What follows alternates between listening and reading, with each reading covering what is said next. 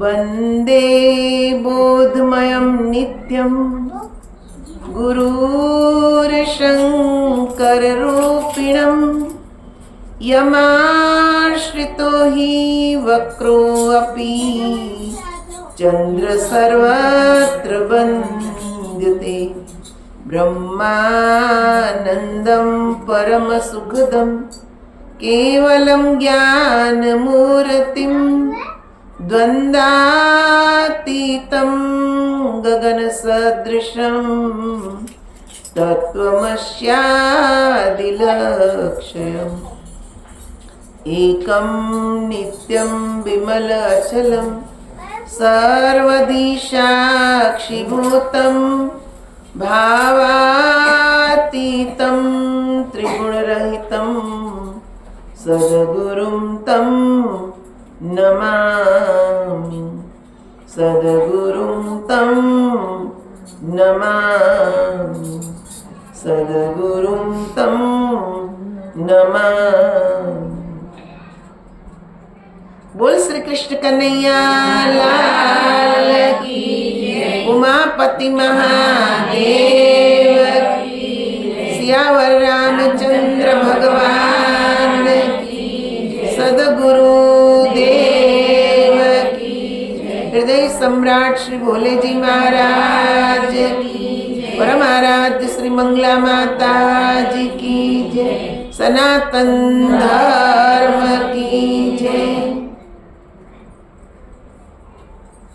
आदरणीय माता बहनों,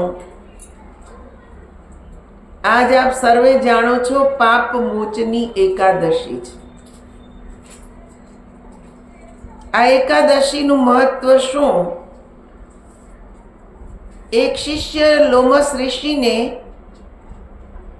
આના મહત્વ વિશે પૂછે છે।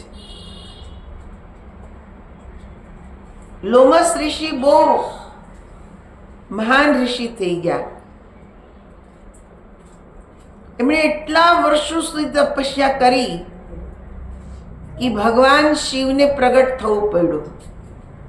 મને પણ એ જગ્યાએ જવાનો મોકો મળ્યો હિમાચલમાં કે જ્યાં ભગવાન શંકર પ્રગટ થયા ને લોમસ ઋષિને વરદાન માંગવા કીધું તો લોમસ ઋષિએ કીધું, પ્રભુ અહીંયા પીવાના પાણીની બહુ અછત છે, તમે અહીંયા એવું એક સરોવર બનાવો ને કાયમી નિવાસ કરો। તો ભગવાને એને આશીર્વાદ આપ્યા, કેમ કે કોના માટે માંગ્યું? જન કલ્યાણ માટે, કે બધા જ આ સરોવરનું પાણી પીવે, પાણીનો કોઈને અભાવ રહે નહીં। ત્યાં આખાય તળાવની ચારે ફરતા કે જે બધા જ દેવી દેવતા મહાપુરુષોના મંદિર બનેલા છે। લોમસ ઋષિના આશ્રમમાં આપણે જઈએ તો અંદરથી ઓટોમેટિક આપણને શાંતિ મળે, કેમ કે એ તપસ્થલી છે જેમણે સાધના કરી, પરમાત્માનું ધ્યાન કર્યું। એવા લોમસ ઋષિને પૂછે છે કે પાપ મોચની એકાદશીનું મહત્વ શું? પાપ મોચનીનો અર્થ શું થાય? પાપ એટલે ભૂલો કરવી ને મોચન એટલે એનો નાશ કરવો। પાપોનો કઈ રીતે નાશ થાય એનું કે છે આ વ્રત મહિમા બતાવે છે। લોમસ ઋષિ કેવા લાગ્યા? ચૌવન ઋષિ ના પુત્ર મેધાવી ઋષિ એ ભગવાન શંકરની તપસ્યામાં લીન હતા। વર્ષોની કે છે તપસ્યા ને કોઈ પણ ઋષિ બહુ ધ્યાન કરે તો ઇન્દ્ર ને ચટપટી થવા માંડે કે ક્યાંક મારું સિંહાસન લઈ ના લે। એટલે ઇન્દ્રએ શું કર્યું? મંજુષા નામની એક અપ્સરા એને ત્યાં મોકલી કે જા તું એની તપસ્યાનો ભંગ કર। તો મંજુષા કેવા લાગી કે એવા મહાન તપસ્વી તપસ્યાનો ભંગ થાય ને મને શ્રાપ આપી દે તો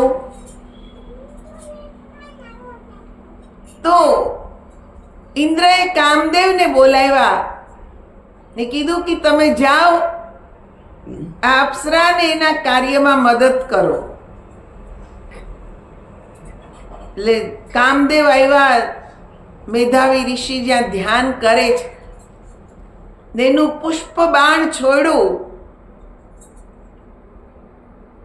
ને અહીંયા અપ્સરા સુંદર નૃત્ય કરવા લાગી. એક તો એના શરીરમાંથી એક અદ્ભુત ખુશ્બુ નીકળે ને એમાં એનું આ સુંદર નૃત્ય. ઋષિ ધ્યાનમાંથી જાગૃત થયા ને સામે એક સુંદર અપ્સરા જોઈ એટલે મન ચલિત થઈ ગયું. ચલિત શા માટે થયું? કામદેવે એનું બાણ ચલાવી દીધું.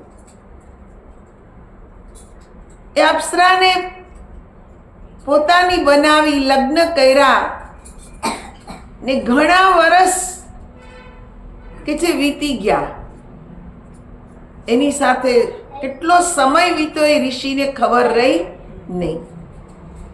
એક દિવસ અપ્સરાએ કીધું કે આજની સંધ્યાએ હવે હું મારા પાછા સ્વર્ગલોકમાં જઈશ.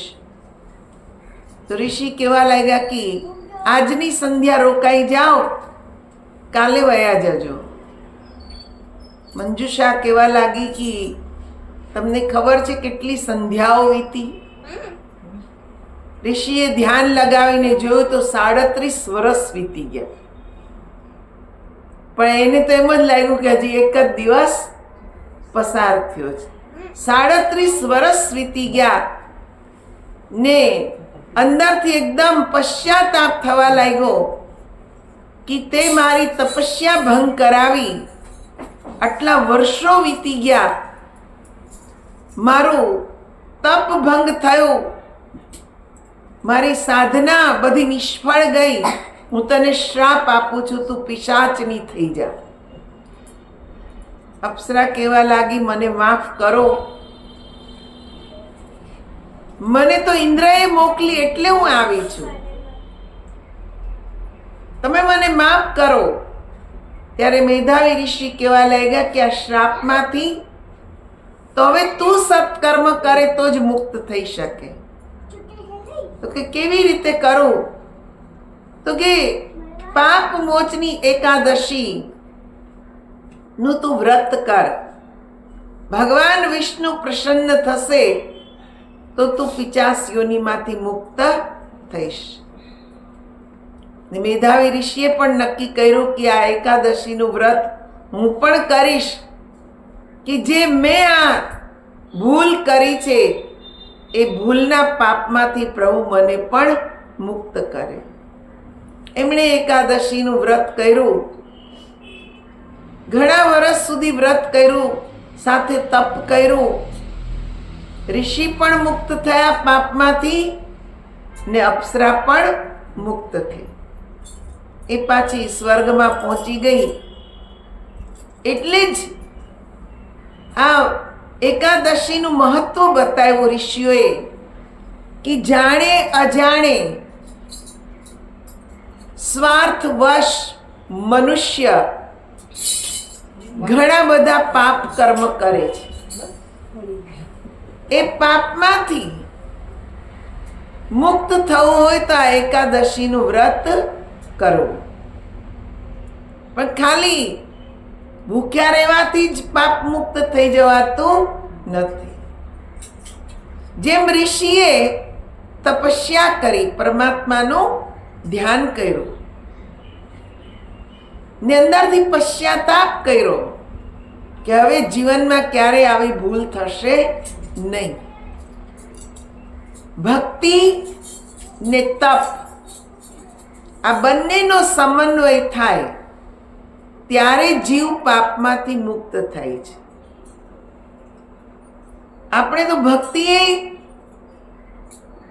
દેખાવની કરીએ છીએ. કોઈ આપણને એમ કે આ ભગત છે, આપણી વાહ વાહ કરે. તો એ દેખાવની ભક્તિથી મન કે જે પવિત્ર થતું નથી. મન તો અંતરાત્મામાં જ્યારે લીન થવા લાગે ત્યારે એને ખ્યાલ આવે છે કે વાસ્તવમાં ભગવાનની શક્તિ શું છે. હમણાં મેં 7 દિવસ જે ધ્યાન સાધના કરી, આપણને એક અલગ જ આનંદ આવે. એ ધ્યાન, પરમાત્માના ધ્યાનમાં એટલી બધી શક્તિ છે કે ક્યારે એવો ભાસ જ ના થાય કે હું એકલી છું યા મારો કોઈ સહારો નથી યા કોઈ આ સંસારમાં મને સાથ આપનાર નથી. આવું ક્યારેય કે જે ભાસ થતો નથી. હર શ્વાસમાં આપણને એમ લાગે કે ભગવાન આપણી સાથે જ છે.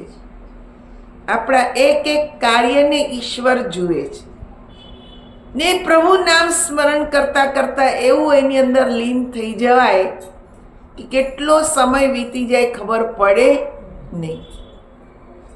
સાધનામાં બેસું 3-3 કલાક વયા જાય, ખ્યાલ જ ના આવે. જ્યારે એમાંથી ઉઠું ત્યારે ઘડિયાળ સામે જોવો, આટલા બધા વાગી ગયા, ક્યાં સમય ગયો. કેટલી બધી શક્તિ છે એમાં. એક તો મૌનની શક્તિ,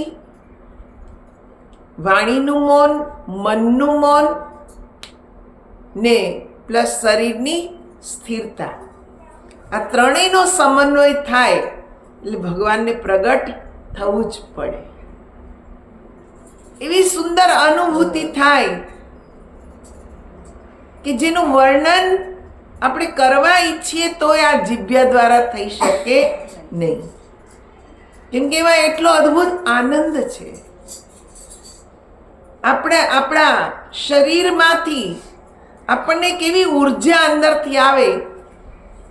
3-3 દિવસ 3-3 રાત હું બિલકુલ સૂતી જ નથી, પણ મને થાક શું કહેવાય એ ખબર ના પડી કે શરીરને થાક લાગ્યો છે. આટલા દિવસ, આટલી રાત વીતી ગઈ. ભૂખ શું છે એની એ ખબર પડી નહીં. તો વિચાર કરો, આ તો એક નાની એવી સાધના, કેવળ 7 દિવસની સાધના, પણ રોજે જ આપણે નિયમથી થોડુંક થોડુંક કરતા રહીએ તો આપણું કેટલું પુણ્ય એકત્રિત થાય, કેટલો આપણને એમાં આનંદ મળે. આ બહારની જે દુનિયા છે, બહારની આ ચકાચોંધ છે, એની આગળ બધી ફીકી જ લાગે. કેમ કે અંદરનો આનંદ જ કંઈક અલગ છે. અને એટલે જ સંતો વારે વારે કે પ્રભુ નામ જપો. નામમાં હું ધ્યાનમાં હતી તો મને એક અંદરથી એક કે જે સાખી ઓટોમેટિક અંદરથી નીકળી એ ધ્યાન કરતા કરતા, શું?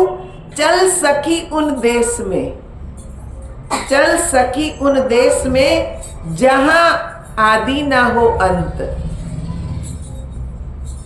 परम सुख शांति पाइए, सुख छे अनंत. કેવું સુખ અનંત કે જે ચલ સખી કો કઈ સખી, આ મન એને કીધું ચલ ઉસ દેશ में जहां आदि ना हो अंत. ત્યાં કોઈ આદિ અંત નથી. એ દેશની કોઈ શરૂઆત નહીં, કોઈ અંત નહીં, અનંત. परमानंद को पाइए, मिले सुख शांति अनंत. परमानंद को पाइए. साधारण आनंद नहीं, परमानंद. એવો આનંદ કે જેનું કે જે વર્ણન જ અશક્ય છે. એક એવી અનુભૂતિ અંદરથી નીકળે. સમજાવવા તો ઘણું માંગુ, પણ એને સમજાવી ન શકાતું. જેમ મૂંગા વ્યક્તિને ગોળ ખવડાવીએ અને પછી પૂછીએ કે ગોળ કેવો લાગ્યો, એમ કરે. હું પણ કેવો, વધારે અંદરથી ઓલું કરે. એને બોલવું જ પડે, એનાથી બોલી શકાતું નથી. કેમ કે એને જે અંદરથી ગોળ ખાઈને આનંદ આવે છે એનું વર્ણન એને કરવું જ પણ જીભ્યા છે નહીં, બોલી શકતો નથી.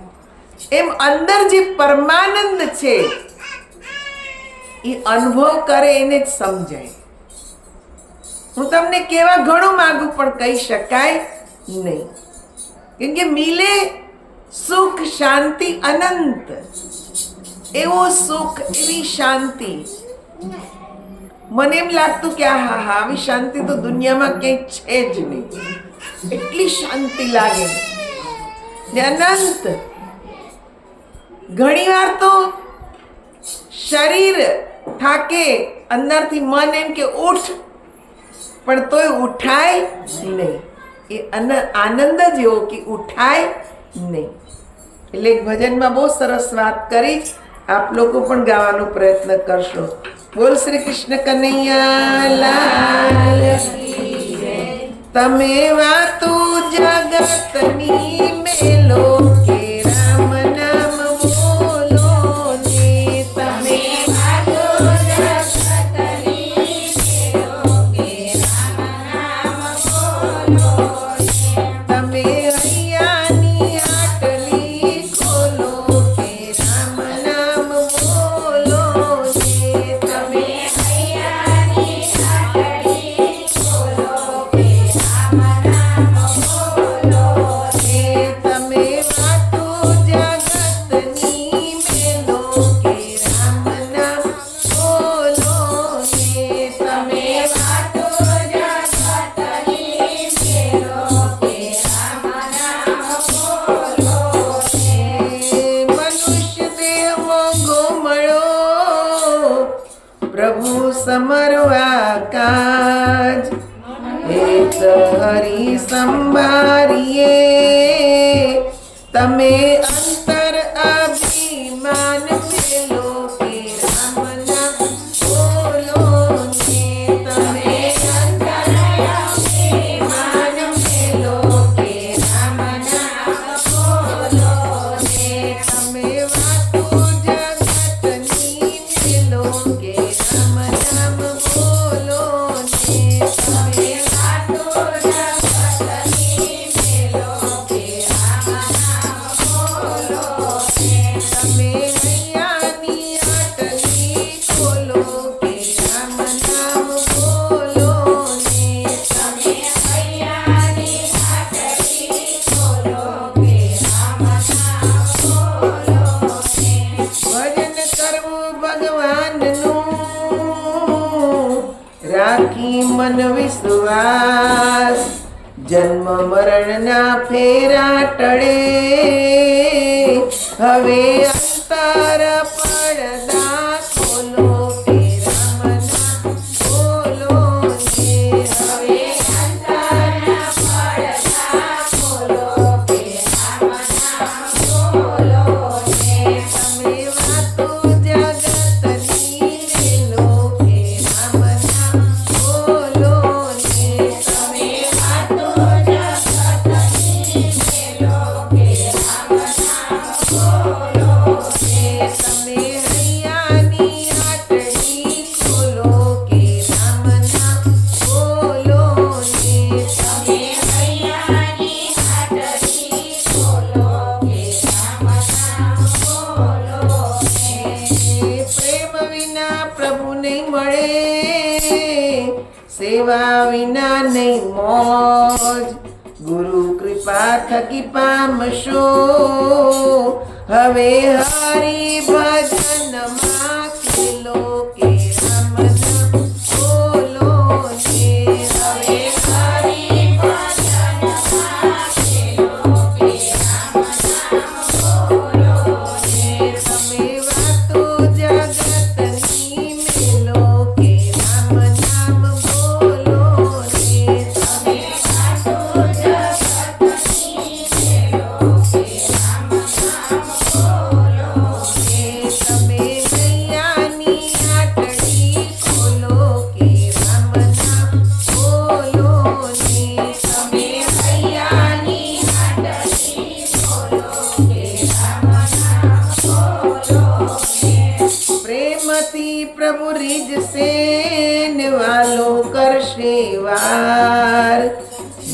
દાસના દાસની વિનતી, હવે જૂઠા કપટને મેલો કે રામના બોલો ને.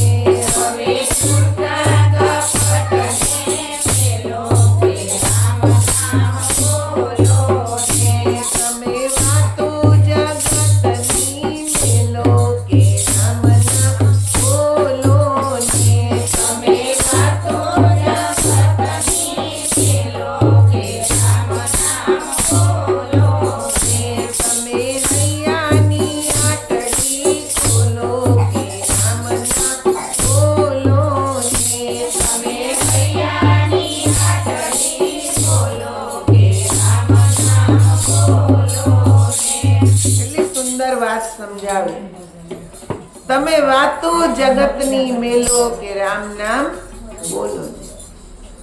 આ જગતની બધી વાતો છોડો, કેમ કે જગતની વાતો કોઈથી ખૂટવાની નથી. પણ રામ નામ લેવાનો જે અવસર મળ્યો છે એ પાછો મળવાનો નથી. માનવ શરીર એકવાર મળ્યું, આ ઈશ્વર કૃપા છે. ફરી મળશે કે નહીં મળે એની કોઈ ગેરંટી નથી. કેમ કે માનવ દેહમાં આપણે કર્મ જ એવા કરીએ કે આપણા માટે લક 84 તૈયાર થતી જાય છે. સંતો એમ કહે છે કે લક 84 ભ્રમ દિયા માનુષ જન્મ પાયો, કહ નાનક નામ સંભાળ સોદીન નેડે આવ્યો. 84 લાખ યોનિનું ભ્રમણ કરતા કરતા કરતા આપણે આ માનવ શરીરમાં આવ્યા છે. કેટલા કેટલા જન્મ લીધા હશે.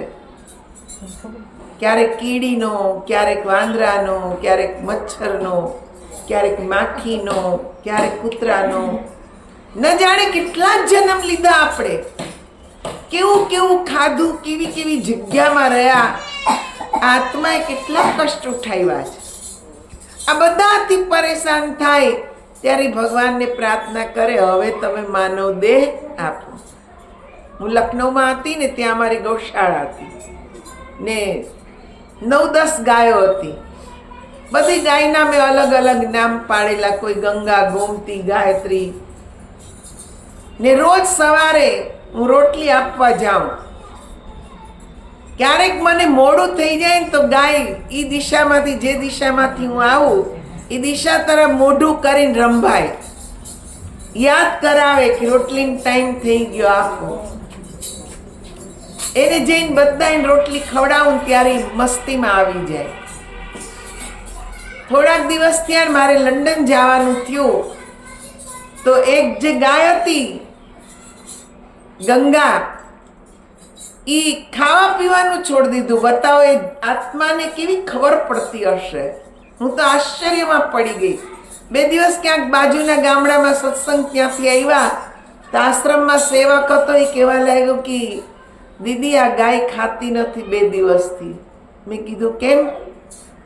એને કંઈક પેટમાં દુખતું હશે, કંઈક પ્રોબ્લેમ હશે, ડૉક્ટરને બોલાવો. પશુના ડૉક્ટરને બોલાવ્યા, ચેક કર્યું કે કાંઈ વાંધો નથી એને, પણ ખાઈ નહીં ઘાસ. પછી મેં મારી જાતે ત્યાં રચકો હતો કાપી ને એક પૂળી કે છે એની મોઢા સામે રાખી 2 તણખલા ખાધા ને છોડી દીધું. પછી ડોલ ભરીને લઈ આવી તો 4-5 ભગત ઊભા રહી, કહેવા લાગ્યા કે આ ગાય કેવી ભાગશાળી. સંતો એને કે છે જાતે પાણી પાય, એને ઘાસ ખવડાવે. પણ ગાય ક્યાંથી? અમારો આશ્રમનો જે હોલ એ સામે મંદિર, એ જ્યાં બાંધેલી હતી ત્યાંથી મંદિર સામે દેખાય. વારે વારે મંદિરને જુએ, મને જુએ, મંદિરને જુએ, મને જુએ ને આંખમાંથી આંસુ જાય. મેં ભગતને કીધું એના આંસુની ભાષા સમજાય તમને? તમે એમ કહો છો કે આ ગાયની આત્મા કેટલી ભાગશાળી કે સંતોના હાથે એ ઘાસ ખાય, પાણી પીવે, પણ એ ગાય એમ કહે છે કે તમે કેટલા ભાગશાળી કે તમને આ સંતોની સેવા કરવાનો મોકો મળ્યો છે. મને માનવ શરીર મળ્યું હોત તો હું એ સંતોની સેવા કરત, ભગવાનની ભક્તિ કરત. એ તમને ભાગ્યશાળી સમજે છે. ને 2 દિવસ પછી હું લંડન વહી ગઈ અઠવાડિયા પછી, ત્યારે આ મોબાઈલ હતા નહીં, ત્યાં જે બીજા દીદી હતા એનો લેટર આવ્યો મને કે તમે ગયા ને બીજા દિવસે ગંગાએ શરીર છોડી દીધું. એને ખબર પડી ગઈ હતી કે રોજ અમને રોટલી ખવડાવે, આટલો પ્રેમ કરે જ, એ હવે જતા રહેવાના છે. પ્રેમની ભાષા સમજે છે, એ જીવ ચાહે છે, એ વારે વારે મંદિરમાં જુએ, મને જુએ, એક પ્રાર્થના કરે છે અંદરથી કે હવે આ દેહ છૂટે તો પ્રભુ મને માનવ શરીર આપજો. મેં કીધું ગંગા ક્યાંય નથી ગઈ, ગંગાને પાછું માનવ શરીર મળ્યું છે. ને કોઈ ભગતના ઘરમાં એનો જન્મ થશે જ્યાં નાનપણથી એને ભક્તિ મળશે. ને ઘણા એવા ભક્તોના બાળકો મેં જોયા છે, એને એટલો નાનપણથી સંતોથી પ્રેમ હોય, કેમ કે કેટલા જન્મથી ભક્તિ કરતા આવ્યા છે. આ એક જન્મની નથી, કેટલાય જન્મોની ભક્તિ હોય, એ અધૂરી રહે ને પૂરી કરવા પાછી ભગવાન કે છે એવા ભક્તોના ઘરમાં જન્મ આપે જ્યાં આત્મજ્ઞાની સંતો આવે, આત્મજ્ઞાનની વાતો થતી હોય, એવા ઘરમાં એનો જન્મ થાય છે ને ત્યાં વળી પાછી ભક્તિ કરવા લાગે છે. તો આપણે ન જાણે 84 કેટલા શરીર ધારણ કર્યા હશે. એટલે જ કોઈ સંતે કીધું લાખો શીશ તો દે દિયે यमराज को भेंट पर एक शीश ना दिया श्री सदगुरु के हेत. આ લાખો વખત આ માથું યમરાજાને આપી દીધું. કેટલી વાર આપણે જન્મ્યા, કેટલી વાર મર્યા. પુનરપી જન્મ પુનરપી મરણમ પુનરપી જન્ની જઠરે શયનમ ઈ સંસારે ખલુ દુસ્તારે કૃપા અપારે પહી મુરારે ભજ ગોવિંદમ ભજ ગોવિંદમ ભજ ગોવિંદમ મૂળ મતે. હે મૂળ મતે જીવ, તું હવે તો ગોવિંદ ભજ. વારે વારે જન્મ લેવો, વારંવાર મરવું, વારંવાર જનનીની જઠરાગ્નિની અંદર કષ્ટ સહન કરવું, હવે તો તું કે છે ગોવિંદ ભજ. કાલે વલસાડથી કે જે ફોન આવ્યો ને બેન કહેવા લાગ્યા કે દીદી તમારા આશીર્વાદથી અમારી દીકરીને ત્યાં દીકરી આવી, પણ બહુ પીડા થઈ. મેં કીધું જો એ પીડા એ જીવ યાદ રાખે તો જન્મ આપતી વખતે માં અને બાળક બંનેને પીડા થાય. એ એટલી અસહ્ય પીડા છે, પણ કાળ કોઠરીમાં એ બાળક છે ત્યાં જે પીડા એને સહન કરીશ એમાંથી બહાર નીકળવા માંગે છે. ક્યાં થોડીક વારની સહન કરીશ પણ આ કાળ કોઠરીમાં રહેવું નથી. એટલે અંદર ભગવાનને પ્રાર્થના કરતું એ ગર્ભમાં પણ કે પ્રભુ તમે મને માનવ શરીર આપો, આ કાળ કોઠરીમાંથી બહાર મોકલો, હું તમારું ભજન કરીશ. પણ જેવો આ સંસારમાં આવે તરત જવાબ આપી દે, હું અહીંયા તું ત્યાં. હવે તારે મારે કાંઈ લેવા દેવા નહીં. તરત જ આપણે માયામાં જ નાખી દઈએ જ ને જીવને. જો આ મમ્મી છે ને આ પપ્પા છે, આ દાદી છે, આ દાદા છે, મોંમાં પડી ગયો જીવ. રામાયણની અંદર એક બહુ સુંદર કે જે વશિષ્ઠ રામાયણમાં ભગવાન શ્રી રામ ને વશિષ્ઠ મહારાજનો જે સંવાદ છે એનું વર્ણન કર્યું છે. ભગવાન રામ પૂછે છે કે પ્રેમ કોને કહેવાય, મોહ કોને કહેવાય. ત્યારે વશિષ્ઠ મહારાજ કહે છે કે આપણાથી કોઈ આમ છૂટું પડે ને આપણે સૌ ભાંગી પડીએ છીએ કે અરે વયા ગયા, હવે શું થશે, એના વગર મારાથી નહીં રહેવાય. આનું નામ મોહ. કેમ કે આપણે વ્યક્તિ સાથે, ચાહે પતિ પત્ની છૂટા પડ્યા હોય, ચાહે મા દીકરો છૂટા પડ્યા હોય, ચાહે મા દીકરી છૂટા પડ્યા હોય, ચાહે કે છે આપણે આપણા પરિવારથી છૂટા પડ્યા હોય, બેનપણીઓથી છૂટા પડ્યા હોય, પણ એની સાથે જો તમે એવા એકરૂપ થઈ ગયા, આપણને એમ લાગે કે બે શરીર અલગ છે, આત્મા એક જ છે, એવા જ્યારે આપણે કે છે મળી ગયા તો આ પ્રેમ નથી, આ મોહ છે. ત્યારે છૂટા પડે ત્યારે એમ થાય હવે મારાથી શું થશે, એના વગર તો મારાથી રહેવાય જ નહીં. આના મોહ. ને જેને પ્રેમ છે, ભગવાન રામે પણ પ્રેમ કર્યો. કૌશલ્યાને, કૈકેયીને, સુમિત્રાને, રાજા દશરથને બધાને પ્રેમ કર્યો. પણ વનવાસ એમને મળ્યો ત્યારે ભગવાન રામે એમ નથી કીધું કે હવે હું શું કરીશ, શું થશે મારું, એમ કરીને ભાંગી નથી પડ્યા. સ્વીકાર કરી લીધો એ વાંધો નહીં, આજ્ઞા છે પિતાની, હું વનમાં જઈશ. પ્રેમ છે એટલે ભાંગી નથી પડતા કે હવે એના વગર હું કેવી રીતે રહીશ, રાજપાટ છોડી દીધા, રાજમહેલ વગર કેવી રીતે રહીશ. જેને પ્રેમ છે ને એ બધું જ સહન કરવા તૈયાર છે. પ્રેમમાં ત્યાગ છે ને મોહમાં તૃષ્ણા છે, સ્વાર્થ છે. મોહમાં માણસ છૂટા પડે ને તો બદલો લેવાની ભાવના જાગે. હે ને, હું જોઈ લઈશ કેમ મારી સાથે આમ કર્યું. આ મોહ છે. ને પ્રેમ કઈ વાંધો નહીં, ભલે ઈ સુખી થાય, કોઈ દિવસ ખરાબ નહીં બોલે, એ સુખી થાય, વાંધો નહીં. કેમ કે પ્રેમ છે, ત્યાગ છે એમાં. તમે જો ભરતજીને રાજ મળ્યું, રામ વનમાં ગયા, ભરતજીને રાજ મળ્યું, પણ ભરતજીએ કીધું નહીં, રામ વગરનું રાજપાટ મને જોઈએ નહીં. એ પોતે રામની જેમ જ અયોધ્યાની બહાર પર્ણકુટી બનાવીને રહ્યા. અયોધ્યામાંય ના રહ્યા, અયોધ્યાની બહાર રહ્યા, પર્ણકુટી બનાવી. જેમ રામ જીવન જીવ્યા એવું જ એ જીવન જીવ્યા. એટલે સંતો આપણને કે આ ભેદ સમજવાની જરૂર છે. પ્રેમ બધાને કરો, પણ આસક્તિ મોહ કોઈનામાં રાખો નહીં. પરિવારમાંય નહીં, નહીં તો રડવાનો જ વારો આવે. પ્રેમ બધાને કરો. જ્યાં પ્રેમ છે ત્યાં ત્યાગ છે, તમે એના માટે ત્યાગ કરશો. પણ જ્યાં મોહ આવી ગયો તો લેવાની ભાવના આવે, બદલો લેવાની.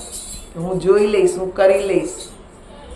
તો આ ભેદ બતાવે છે વશિષ્ઠ મહારાજ કે પતિ પત્ની ભલે જુદા પડે, વિચાર કદાચ ના મળે, જુદા પડે, પણ અંતરથી જો પ્રેમ કર્યો હોય ને તો ક્યારેય એકબીજાનું ખરાબ ઈચ્છશે નહીં. કદાચ પતિનું મૃત્યુ થયું તો પત્ની એને યાદ કરીને સતત રડ્યા નહીં કરે, પણ એના અધૂરા જે કામ છે એ બધા પૂરા કરવા હિંમત શરીરમાં લાવશે કે હું એના બધા અધૂરા કામ પૂરા કરીશ, એમનું નામ ઉજ્જવળ થાય એવું જીવન જીવીશ. આવો એક ત્યાગ એનામાં આવી જાય છે. કેમ કે પ્રેમ છે, પણ મોહ હોય તો રેડા જ કરે, વયા ગયા, અમને મૂકીને આમ કર્યું, ફલાણું કર્યું, હવે અમે કેમ જીવશું. અરે ઈશ્વર બધાનો જ છે, બધાની સાથે ઈશ્વર છે ને ઈશ્વર જે સાથ આપે ને એ કોઈ સંસારમાં આપતું નથી. કેમ કે ઈશ્વર તમારો સાથ ક્યારેય છોડતો નથી. છોડે છે? આપણે એમ કે ભગવાન નથી જોયા, તમે એમ કહો ને ભગવાન નથી જોયા, પણ હું એમ કહું છું કે તમે બધા ભગવાનની સાથે જ છો. બતાવો ભગવાન જોવા છે, જોવા છે. આપણે જે શ્વાસ લઈએ ને એ જ ભગવાન, એ જ ભગવાન. એના સિવાય તમે કંઈ કરી શકવાના નથી. એ શ્વાસ એ જ ભગવાન. એ કે જે સાથ છોડે છે અને જે દી સાથ છૂટો તે દી આ શરીરને કોઈ ઘરમાં રાખશે? કોઈ નહીં રાખે. એટલે ક્યારેય એમ ના કહેવું કે ભગવાનને નથી જોયા. ભગવાનને આપણે રોજ જોઈએ છે. આ શ્વાસોશ્વાસ જે છે એ એની શક્તિ છે. પ્રાણ એ જ ભગવાન, બીજો કોઈ ભગવાન નથી. આપણે એમ કહીએ ને કીડીમાં, હાથીમાં, બધામાં ભગવાન, એ શ્વાસ જ લે છે, એ પ્રાણ જ છે એનામાં. પણ આપણે ભગવાનને એક મૂર્તિ માની લીધી છે, હે ને, એક પ્રતિમા માની લીધી, એક ચિત્ર માની લીધું કે આ જ ભગવાન. નહીં, ભગવાન તો બધામાં જ છે. એને તમે જોવા શીખી જાઓ, ક્યારેય કોઈને આપણે ખરાબ કે છે વેણ પણ કહી શકીશું નહીં. કેમ? તરત યાદ આવશે, ના ના, એનામાં ભગવાન છે. હું એને કહીશ તો ભગવાનને ખરાબ લાગશે, એટલે મારાથી કોઈને ખરાબ કહેવાય નહીં, કોઈનું ખરાબ ઈચ્છી શકાય નહીં. કેમ કે જેનું ખરાબ ઈચ્છે ભગવાન જ દુઃખી થાય. મન તો ઘડીકમાં સુખ મનાવે, ઘડીકમાં દુઃખ મનાવે. આ મન તો ક્ષણિક સુખ આપે છે ને, ઘડીકમાં રાજી થઈ જાય, ઘડીકમાં દુઃખી થઈ જાય. પણ અંદર જે આત્મા બેઠો છે ને, જે પ્રાણ છે, એ હંમેશા આનંદ જ આપે છે. મન તમારું એમાં જાય એટલે આનંદ જ આવે. મેં આજે 7 દિવસ અનુભવ કર્યો ને, એવો આનંદ, એવો આનંદ, કેમ કે આપણે એની સાથે થઈ જઈએ છીએ. દુનિયા છે જ નહીં આપણા માટે, કેવળ પરમાત્મા છે. કેમ કે સતચિત આનંદ સ્વરૂપ છે ને, એમાં આપણે આપણા મનને જોડવાનું છે. એ આનંદની અનુભૂતિ કરીએ તો ખબર પડે, ખાલી સાંભળવાથી ખબર પડે નહીં, અનુભૂતિ કરવી પડે. શીખવું આ જ શીખવાનું છે. સદગુરુ શા માટે જીવનમાં જરૂરી? આપણને બસ આ એક ટ્રીક શીખવાડી દે કે આજે પ્રાણ છે એને અંદર કઈ રીતે જોડી દેવા, પરમ શક્તિમાં કઈ રીતે જોડી દેવા, એ જ શીખવાડી દે. રામ નામ સબકે પાસ પર ચાબી સંતો કે હાથ. રામ નામ બધાની પાસે છે, પણ એ ચાવી સંતોએ હાથમાં રાખી. જે યોગ્ય હોય એનું તાળું ખોલ નાખે, પછી મસ્તી માર્યો આનંદમાં. જો આનંદ સંત ફકીર કરે, वो आनंद नाई अमीरी में, जो आनंद संत फकीर करे. એ આનંદ જ અલગ છે. એ અમીરીમાં આનંદ નથી. અમીરને તો ચિંતા છે, ક્યાં છે એને ક્યાં મૂકવું, ક્યાં હાચવવું. ઇન્કમ ટેક્સના દરોડા પડે તો ક્યાં મૂકવું, એની નજરોથી કેમ બચાવવું, હે ને. રાત દિવસ એ ચિંતામાં એને નીંદર ના આવે. પણ જેની પાસે રામ નામ રૂપી ધન છે એને કઈ ચિંતા જ નથી, એમાં જ મસ્ત, એમાં જ પોતાનું કે છે જીવન જીવી શકે છે. અભાવમાં પણ એ પરમાત્માના પ્રભાવમાં રહે છે. બહારની વસ્તુઓનો અભાવ છે પણ પરમાત્માના પ્રભાવમાં રહે છે, એટલે એ આનંદમાં છે. અને આપણે પરમાત્માના અભાવમાં છીએ ને આ સંસારના ભાવમાં રહીએ છીએ, એટલે દુઃખમાં છીએ. આટલો જ ફરક છે, બાકી વધારે ફરક નથી. વિજયાબા કેવા લાગ્યા કે કઈ જરૂર હોય તો કહેજો, પણ મને કઈ જરૂર જ પડી નહીં, કઈ જરૂર જ પડી નહીં. કેમ કે અંદર જે ચિંતા કરવા વાળો છે અંદર બેઠો જ છે. એ અભાવમાં પણ આનંદ આપી દે છે. અભાવ છે એવું લાગે જ નહીં, એમાંય આનંદ. તો એવી આનંદની અનુભૂતિ કરવા માટે આ જીવન છે. તો આપ લોકો સરસ એ પરમાત્માની ભક્તિને જાણો ને આ જીવનને સફળ બનાવો. હવે આપણે રામનવમીના દિવસે પાછા અહીંયા મળશું કેમ કે 19મી તારીખથી મામા ઉભા રહેશે